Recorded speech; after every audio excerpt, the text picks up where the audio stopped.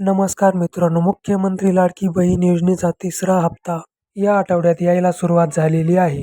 या आठवड्यात महिलांच्या खात्यात 1500 रुपये जमा होण्यास सुरुवात झाली असल्यानं महिला वर्गात आनंदाचं वातावरण आहे.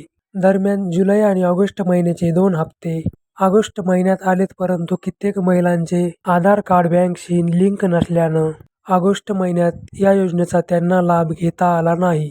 पण ज्यांनी सप्टेंबरपूर्वी अर्ज दाखल केला आहे आणि त्यांचे आता आधार कार्ड लिंक झाले आहे, अशा महिलांनाही जुलै, ऑगस्ट आणि सप्टेंबर असे एकूण 3 महिन्यांचे 4,500 रुपये लवकरच खात्यात यायला सुरुवात होण्याची माहिती महिला व बालविकास मंत्री अदिती तटकरे यांनी दिली.